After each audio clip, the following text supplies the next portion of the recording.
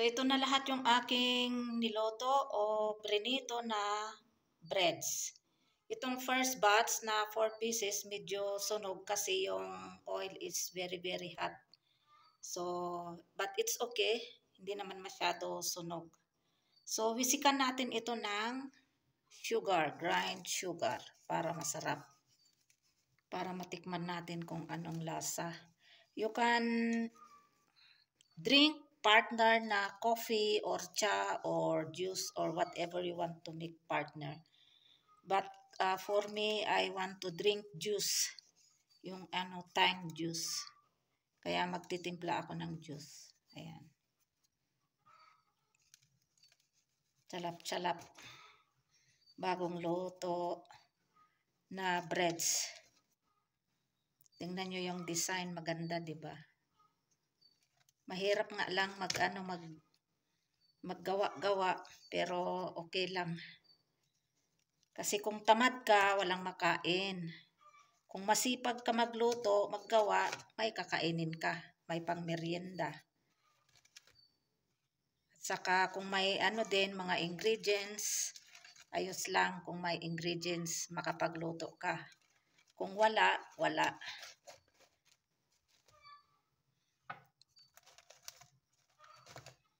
Ayan, sarap.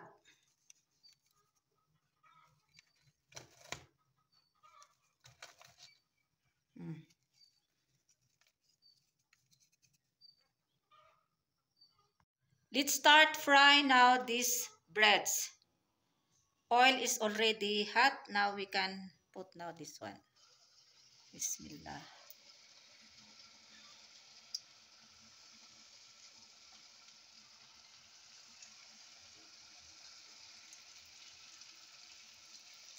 First batch is already cooked. And second batch, and this is third batch. Because only 12 pieces of breads I make.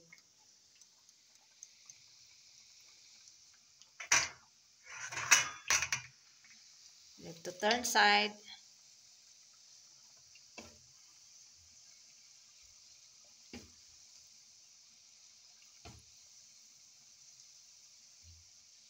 This is like donut, but another design or shapes.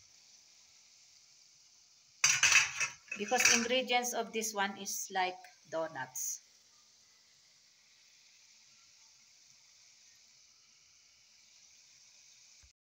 Ayan, magtimpla tayo ng juice. Ito yung orange juice time. So, lagyan natin ito ng sugar.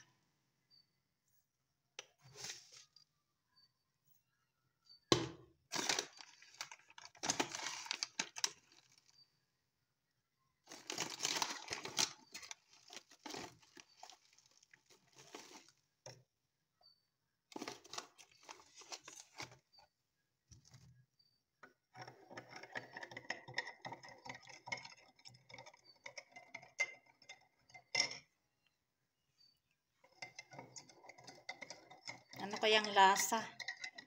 Matitikman ko na ang aking ginawa.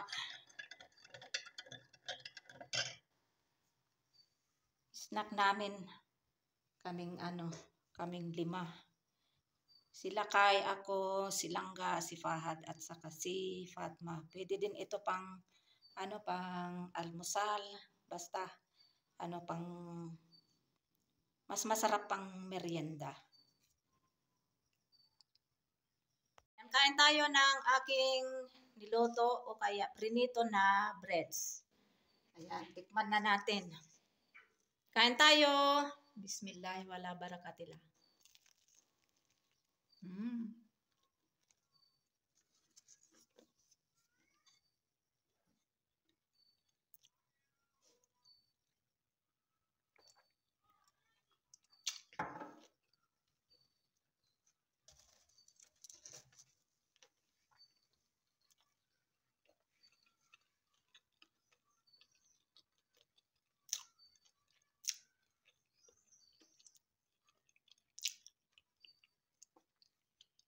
Tama lang yung sugar niya at saka yung yung pagkalambot.